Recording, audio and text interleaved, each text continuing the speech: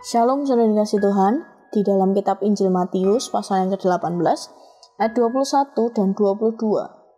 Kemudian datanglah Petrus dan berkata kepada Yesus, "Tuhan, sampai berapa kali aku harus mengampuni saudaraku jika ia berbuat dosa terhadap aku?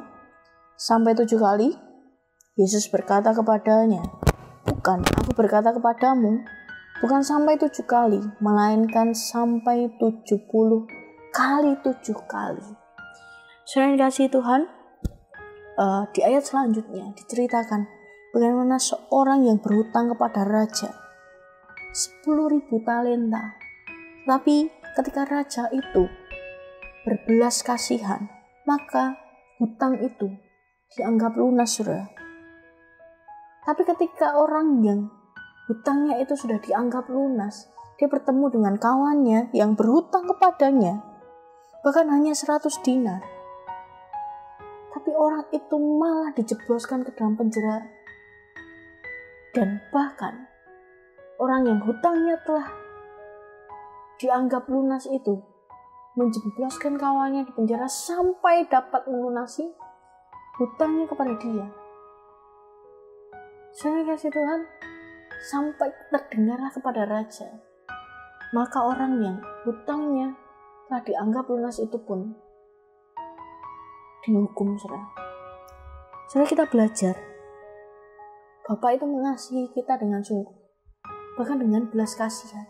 Kita orang yang berdosa, tetapi Tuhan Yesus itu mengasihi kita. Tapi ketika kita tidak mau mengampuni orang lain, di ayat yang ke-35 dikatakan, "Maka Bapakku yang di surga akan berbuat demikian juga terhadapmu, apabila kamu masing-masing tidak mengampuni saudaramu dengan segenap hatimu." Tuhan sudah mengasihi kita. Mari kita juga mengasihi orang yang lain. Tuhan sudah mengampuni kita dari dosa kita yang sangat banyak. Dosa kita yang begitu berat. Bahkan dia rela mati di kayu salib untuk menebus dosa kita. Apakah kita tidak mau mengampuni orang yang bersalah pada kita? Di dalam doa Bapa kami dikatakan, "Ampunilah kami, seperti kami juga mengampuni orang yang bersalah kepada kami."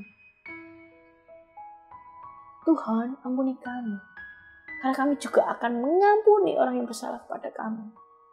Kita belajar hal itu, saudara. Saudara yang kasih Tuhan, mengasihilah, karena Bapa terlebih dahulu mengasihi kita. Mengasihilah dan ampunilah orang-orang di sekeliling kita yang bersalah kepada kita. Waktu itu sangat berat. Tapi saya percaya ketika kita mau mengampuni, ketika kita mau melepas pengampunan, ada beban yang diambil dari hidup kita. Dan kita akan lebih lega. Dan kita akan lebih tanpa beban untuk menjalani kehidupan ini. Karena tidak ada beban dalam hati kita. Tidak ada karpai di dalam hidup kita. Ketika kita mau mengampuni.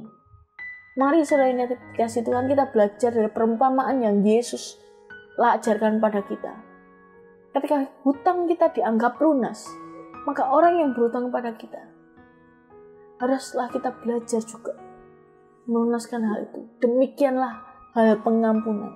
Seperti itulah perumpamaan pengampunan, saudara. Kalau kita sudah diampuni oleh Tuhan Yesus Kristus, maka kita juga harus mengampuni orang yang bersalah kepada kita. Tuhan Yesus memberkati.